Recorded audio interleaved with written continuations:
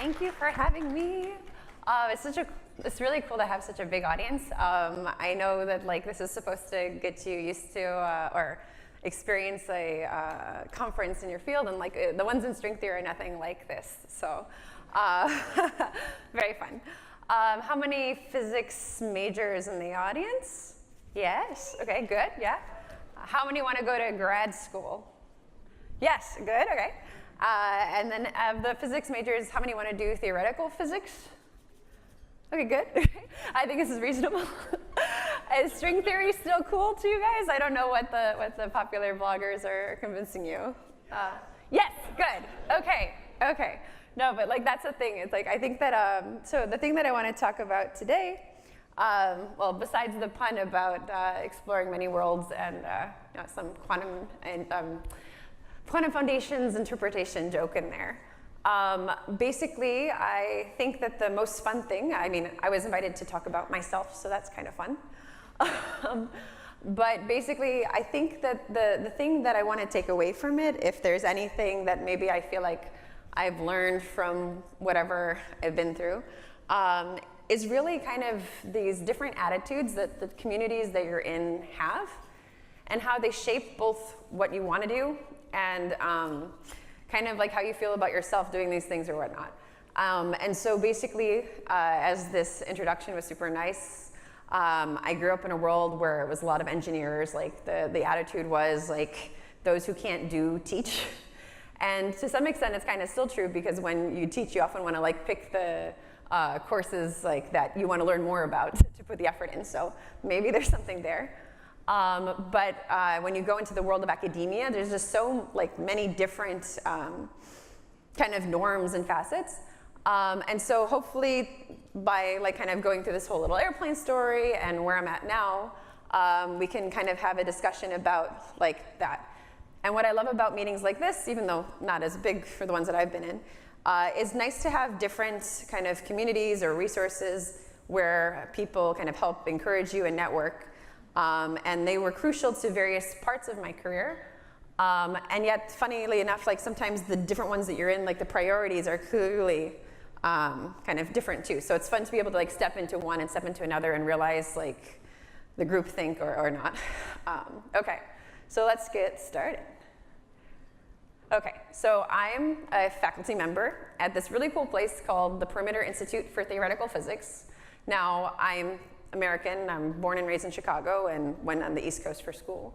But I ended up in Waterloo for my job because it's a place where the whole university is just for theoretical physics. So you saw maybe one arm in the back or a few wanting to do theory.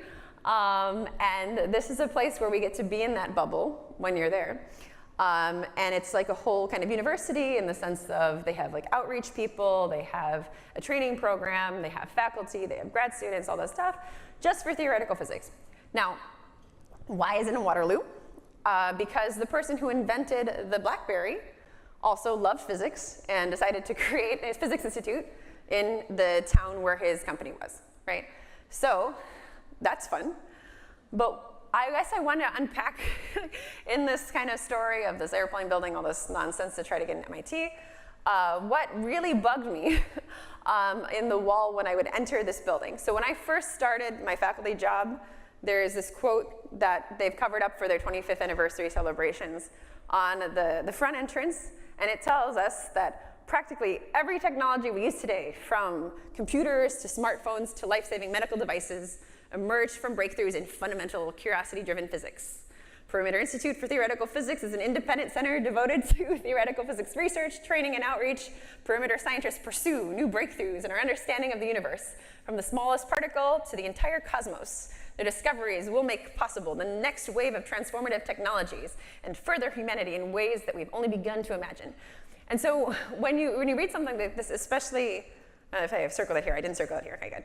On that last point, I wanted to believe that when I was a kid, right? So I didn't go into theoretical physics not thinking that what I'm going to do is going to be practical, and we'll see why I ended up there. But it definitely feels like an engineer who thinks that if I put the right resources to a problem, if quantum mechanics is going to give me quantum computers, and if general relativity makes my GPS work better, that once I understand quantum gravity, I'm gonna really find more engineering breakthroughs.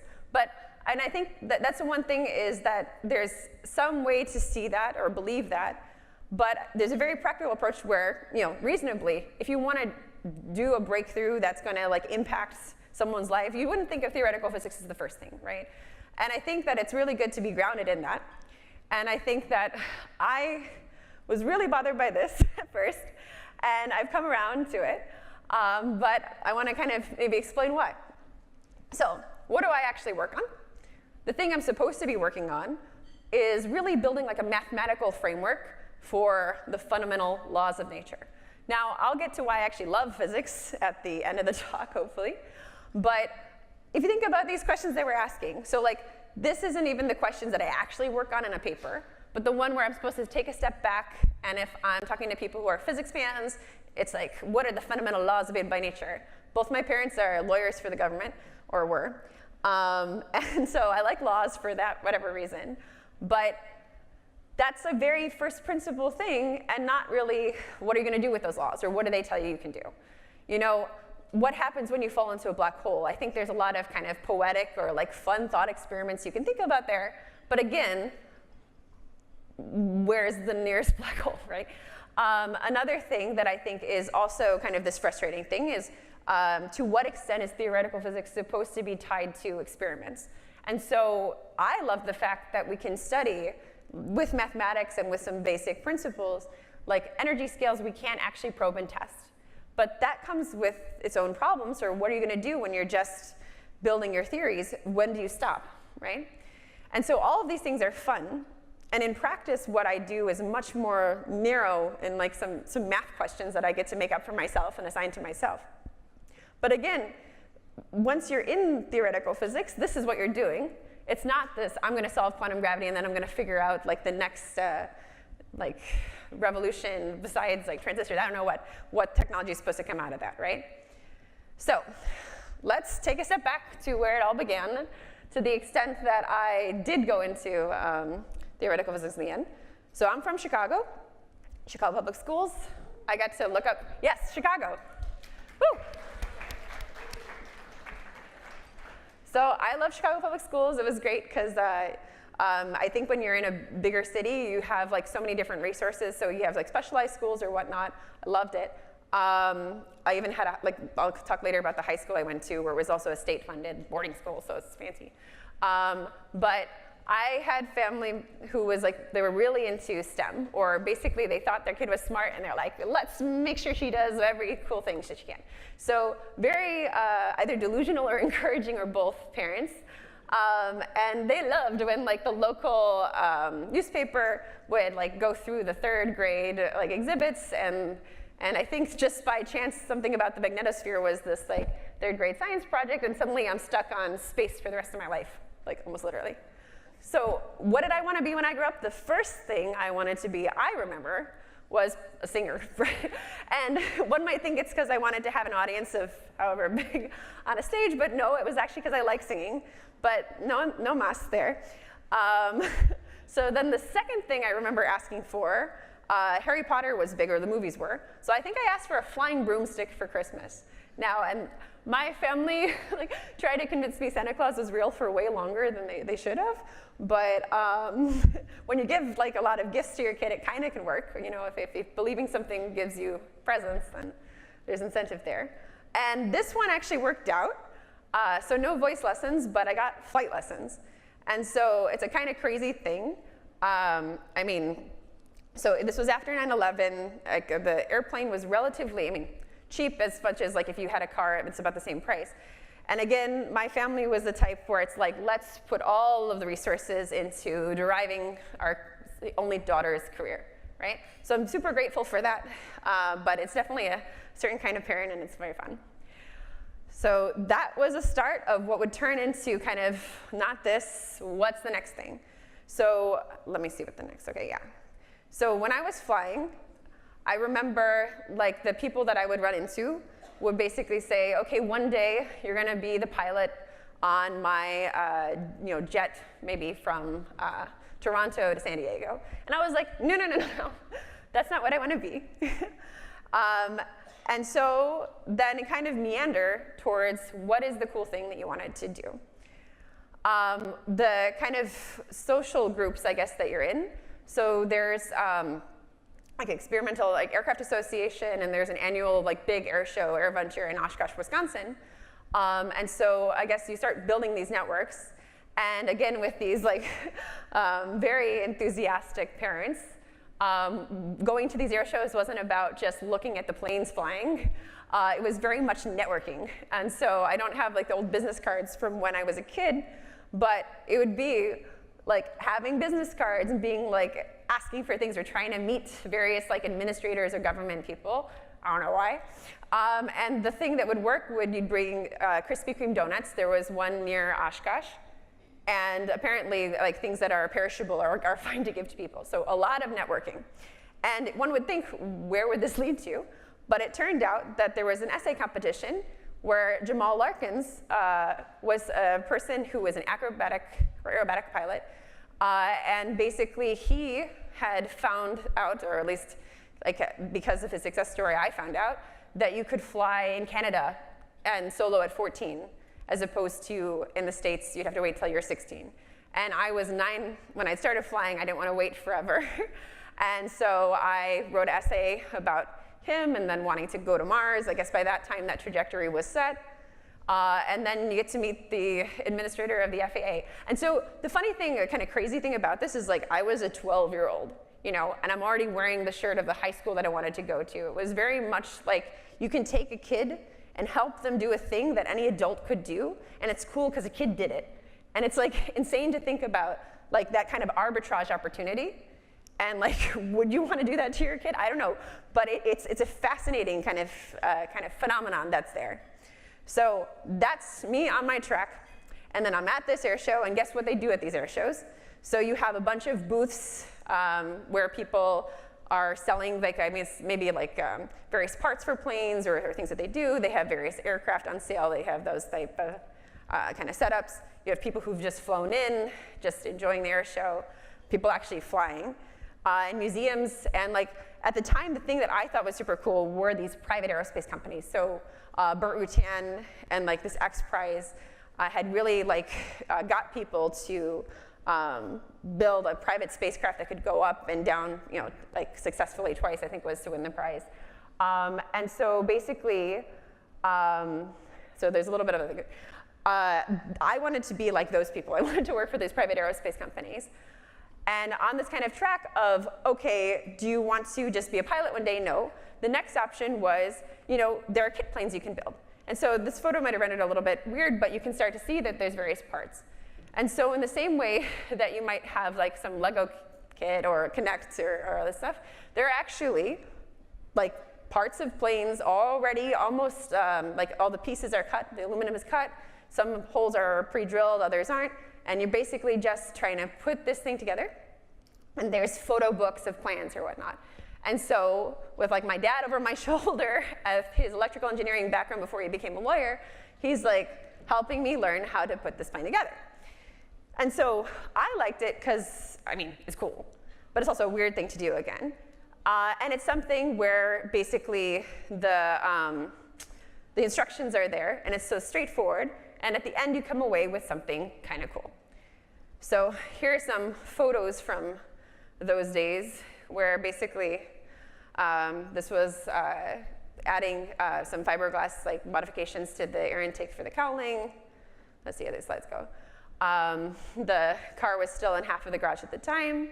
Those clecos are basically temporarily holding, when you've drilled holes like the metal together before you rivet. For this Zenith Zodiac kit, it was a pop rivet, so that's a pneumatic rivet gun where you just pull it and it'll close that rivet. And again, all of these steps are straightforward, and this opportunity is something that's crazy because my parents are fun. But from like 12 to 14, I was doing this in the garage. And the avionics, my father helped a lot with that. And you know, you put the hours in, you follow the instructions, you get an airplane. And then I flew in it when I was 16 in the States, and in Canada I was 14 and I flew the Cessna there solo. So now you have this fun story, And this is the thing. So it was like building a story so my family and I, we were building this story. And first step, flight lessons. Next step, build a plane. But then I didn't want to work for Boeing and build a plane. No. I wanted to go to Mars, build a spacecraft. What would that be? So that airplane, I thought, was going to be this ticket into MIT. Because you think, okay, you're doing all these crazy things to impress some admissions office, which is insane. And I love school. I was good at school. And I didn't even get into MIT right away with this.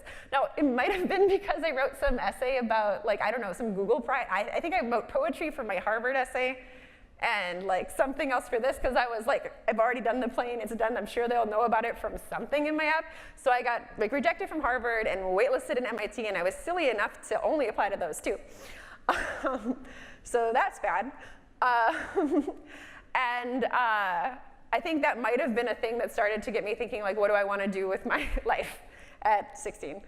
So one dangerous side here was that the people that I wanted to be like, so for example, it was Blue Origin, SpaceX, and Virgin Galactic at the time that were these main private aerospace guys.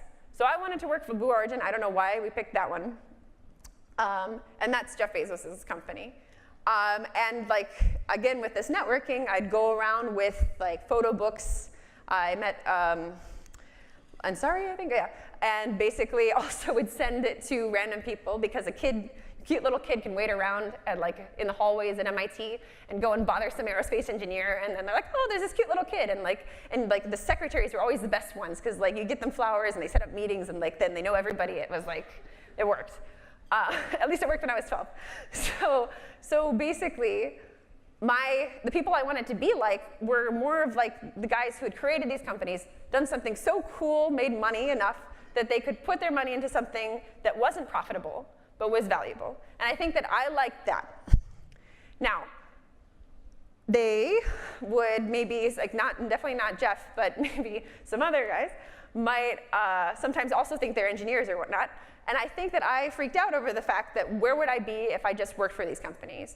Especially with private aerospace, I think going to Mars or these kind of longer term, what's the future of aerospace was super cool. But I was scared that it would be this industry where you just have a bunch of really picky clients wanting to go for a joyride that you could get by just basically nosediving a little bit and pulling back in your plane. So I was a bit jaded with that. And my heroes liked physics. So the guy who founded my high school was a Nobel laureate in physics. He had ran Fermilab for a bit. And then Jeff Bezos and now a lot of other billionaires all kind of said that they wish they did physics. And I was like, if they like physics, I want to do physics. And that is not the right reason to do physics. So, oops. And so, again, when I went into physics exactly for the reason at that bottom of this thing when I walked in the door. And to be fair, this place was founded by an engineer. And so I thought, the same way that my engineering heroes were, that if you do it right, physics is going to come up with all these cool things. And I thought, if these cool guys think it's cool, it must be cool. There must be something there. Yeah. Okay. So plan 2 was instead the following. So basically, instead of going to MIT, I still went to MIT, but not aeroastro. I majored in physics. And then string theory in grad school, which is the farthest from practical engineering. Okay. Fun things happen. So for example, the stuff that I worked on with my advisor, Hawking was also interested, so I can blab about physics as much as I want.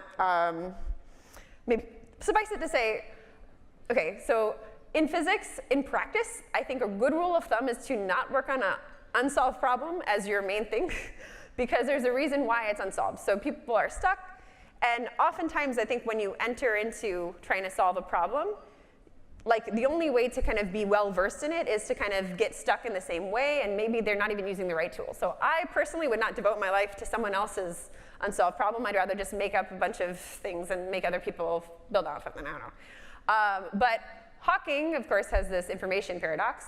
And he managed to say, oh, maybe the soft hair story that my advisor and us worked on would solve that. And so he said it. Whether or not everybody else believed it is a separate question. And he'd visit Harvard, and we had this conga line on a boat cruise. Was pretty fun. So that's fun. But the downside of someone like Hawking citing it and then having this whole airplane story, which is really neat but completely unrelated to your abilities as a physicist, is that you get hyped up.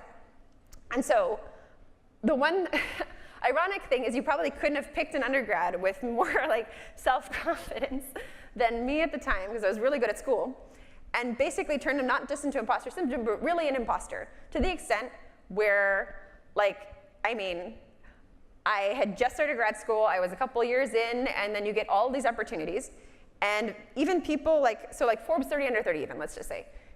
For my field, nobody cares. Like, that's not a type of prize that people like care about being nominated for or whatnot. If anything, they think it's too flashy. And yet, say someone who was an engineering mentor of mine would think, you know, all press is good press, this is great. And so you already see a tension between what's good for you, what people think is going to be good for you or helpful to you, right? And so, for example, even my parents would love to like put all these things on his like website, and like it's like the last thing that you want, because again, what I soon realized accidentally is that the theoretical physics community, like the people who are actually in the field is probably is like the same number of people in this room, frankly, right? And so when you're in that kind of close-knit community, you want to be popular enough, or at least likable enough, so that they can like work with you.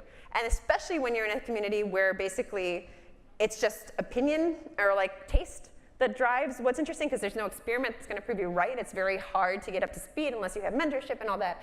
It becomes really delicate sociology, and it starts to shape what you value. So like retro, beginning of grad school is not the right time to be held up as somebody who's going to be great in a field when nobody in the field necessarily said it. I mean, or some people were nice about it, but not like at that level. So by the time I started my faculty job, I started to take this very seriously.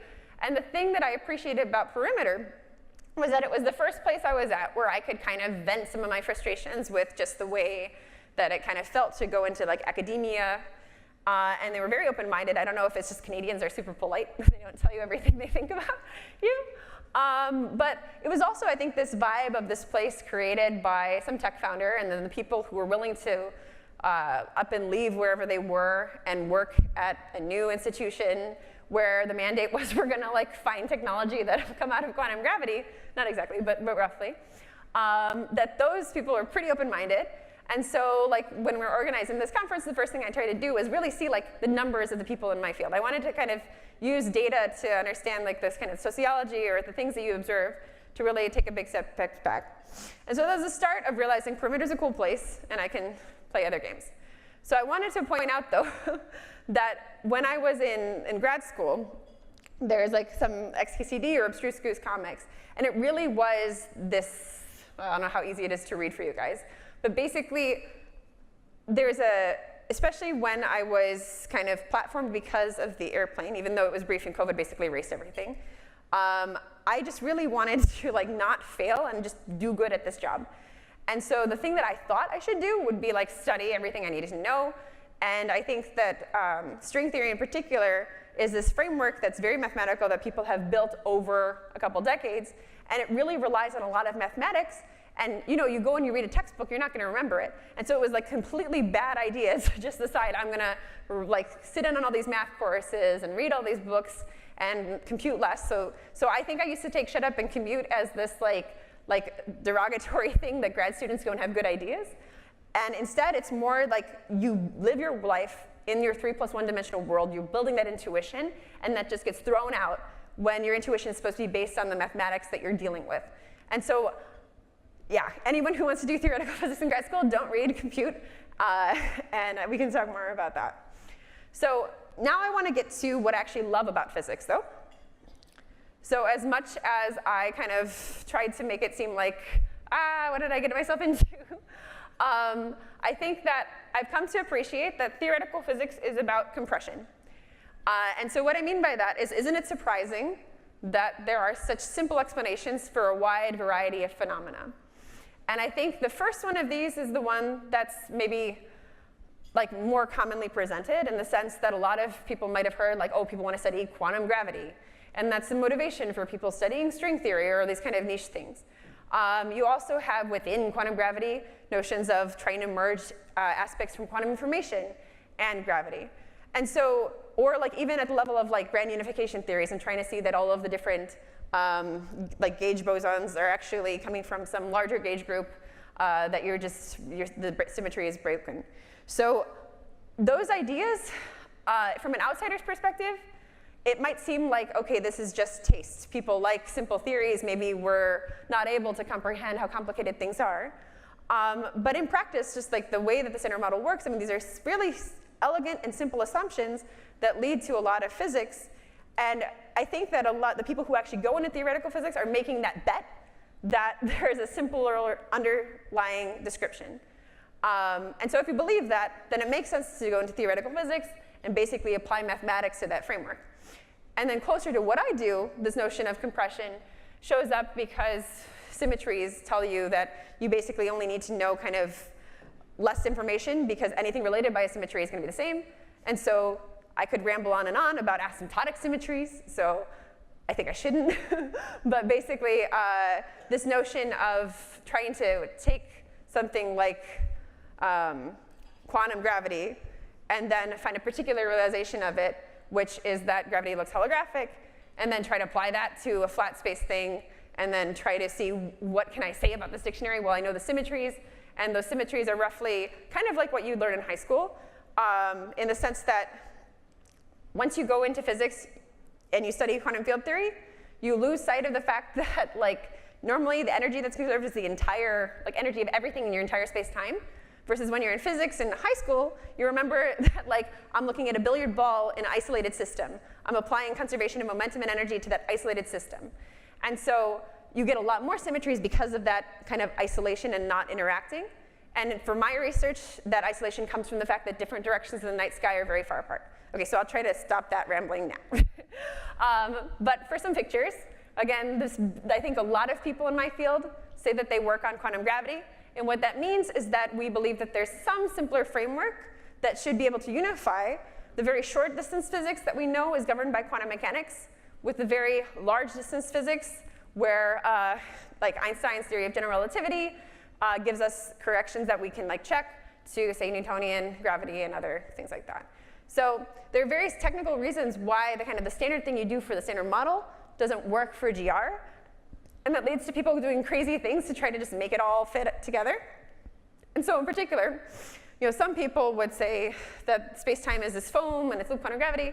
The people that I think are cool say that you have to go to 10 dimensions or 11 dimensions, which is kind of crazy.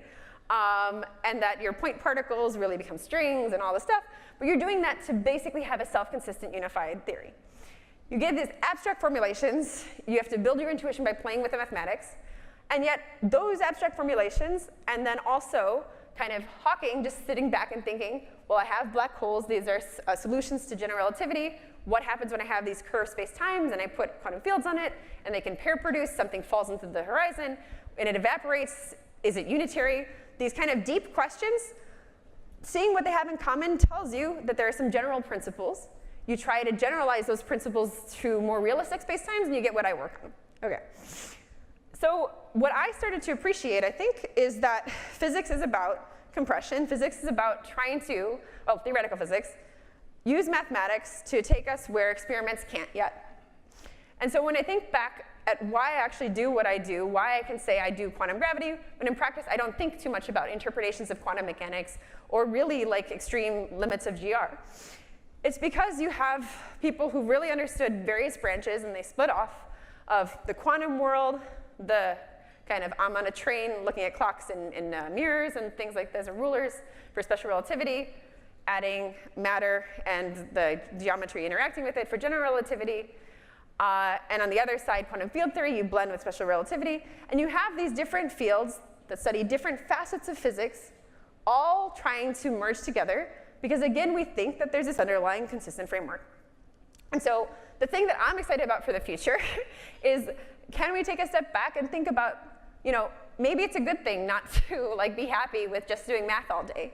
The thing that I kind of hated the most about going into academia is questioning that stuff sometimes was seen as a negative. It was not good to not want to just do math for no reason all day. To the extent where when my engineering friends when I was a kid would say, those who can't do teach, and basically what's useful about this thing, there's a sense of superiority that some people in theoretical physics academia would have about the fact that they just get to think deeply about fundamental questions and all this other stuff is a distraction. So that was fascinating to me. These different communities just have very different views of what's cool and what's not. And if you want to succeed and you need their help, you gotta adapt. But I think it's fun to try to think about the fact that if I'm gonna be doing mathematics, and if basically the only thing I have is that kind of corpus and those interlinkings and stuff like that, can we try to view that as an engineering problem? And I think we're reaching cool times where there's a lot of technology that's going to help with semantic search and all that. And so Perimeter's been a fun place where I can really try to tackle that problem as an engineering problem. Try to think about breakthroughs as compressing that canon, view like these dualities in string theory as basically redundancies in that literature that tell you that there's some interesting links between branches of mathematics. And then the fact that we're, after all, like one fundamental theory, I think is an assumption about the structure of that underlying mathematical framework. And in my own research, basically there was one like kind of realization that came out of seeing just two very similar equations in different papers and then guessing that they're the same. And so you can really try to, I think, automate parts of, or at least like view it as an engineering challenge rather than just a physics challenge. These kinds of questions that maybe the physicists think are too straightforward to be interesting, which is again an artifact of the fact that you only have the same number of people in this room trying to build a field, versus if you have something valuable, you have teams of people to really like make that product. And so I find that super fun. I've gone like crazy at Perimeter and they let me, which is awesome. And basically now I'm like less bothered by the thing at the bottom, and I think it's not going to be trying to find like a new engineering application of quantum gravity, but rather trying to use engineering and the engineering challenges for theoretical, like dealing with the theoretical physics corpus or how you deal with it in the future, that could have that transferable technology. So thank you guys for your time. Ooh. Oh.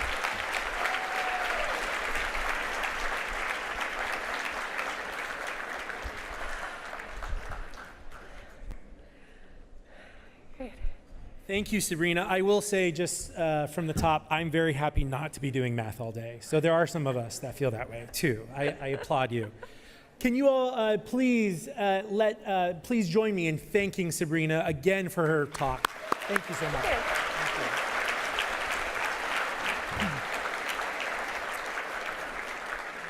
We have a few moments for Q&A, and there are 6 stanchions, floor mics around, 3 up here, 3 back there.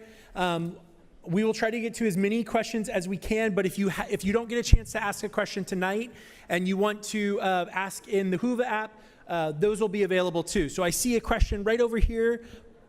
Please feel free to ask your question, and I'm just going to quickly say to folks, please think about your question before you come up and try to ask your question concisely. Go for it.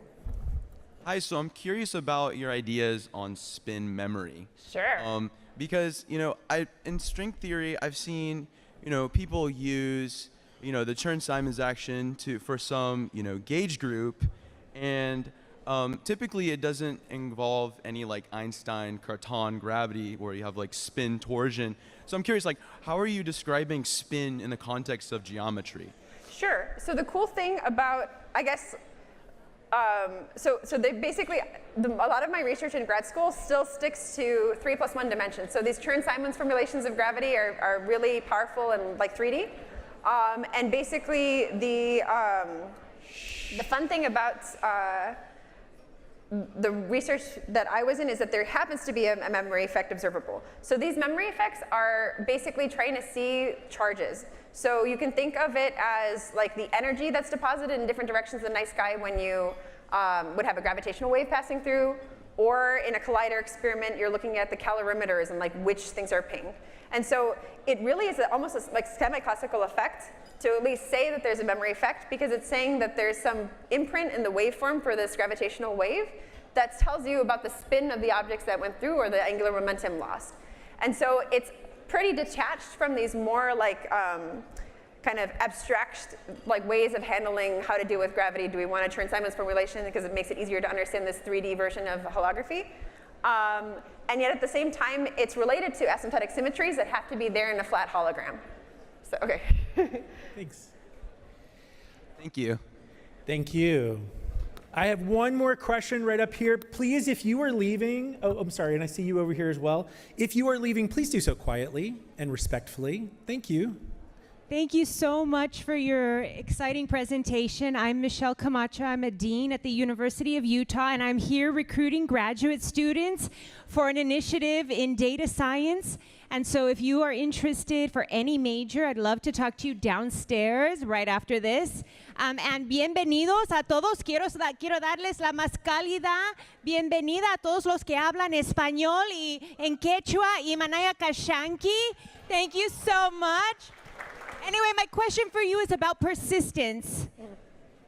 I have a PhD, but graduate school is hard. And I was once told by my dissertation advisor that it's not how smart you are, it's really how disciplined you are. And I was wondering if you could give us your reflections about persistence and tenacity in the context of advancing in your field. Yeah, no, I think the craziest thing is that you actually get advice like that, or you get told things that are like, no one should be telling you, like, right, or like that you're doomed or whatever.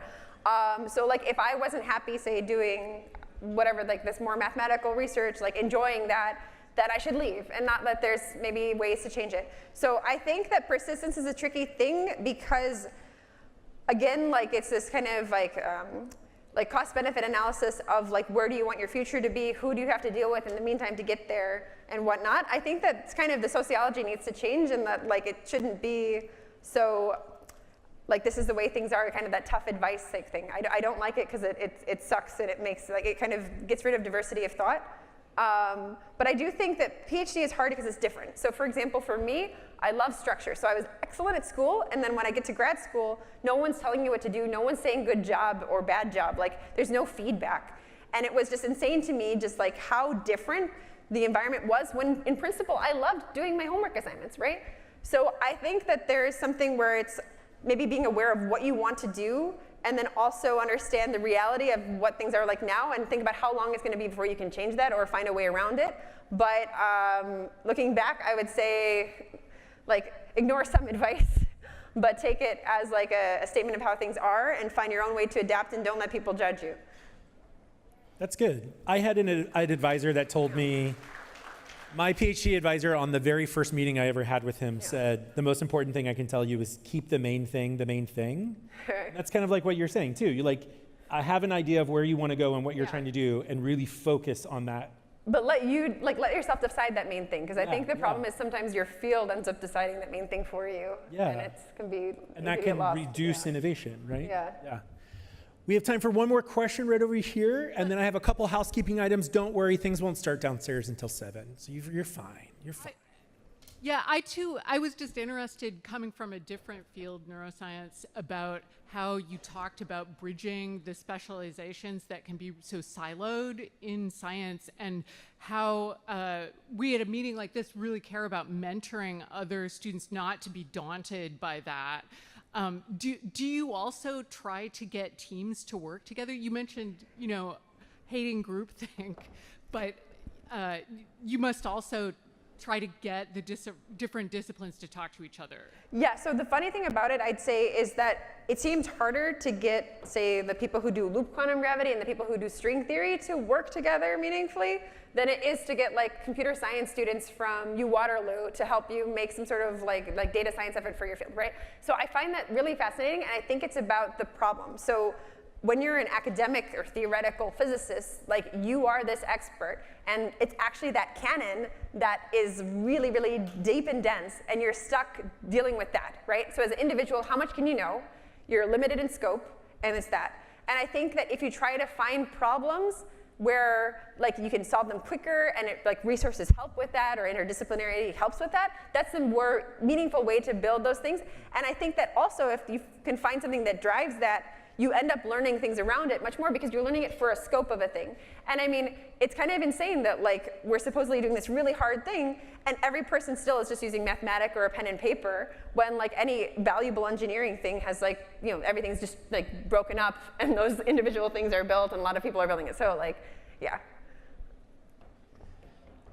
Please join me in thanking Sabrina again.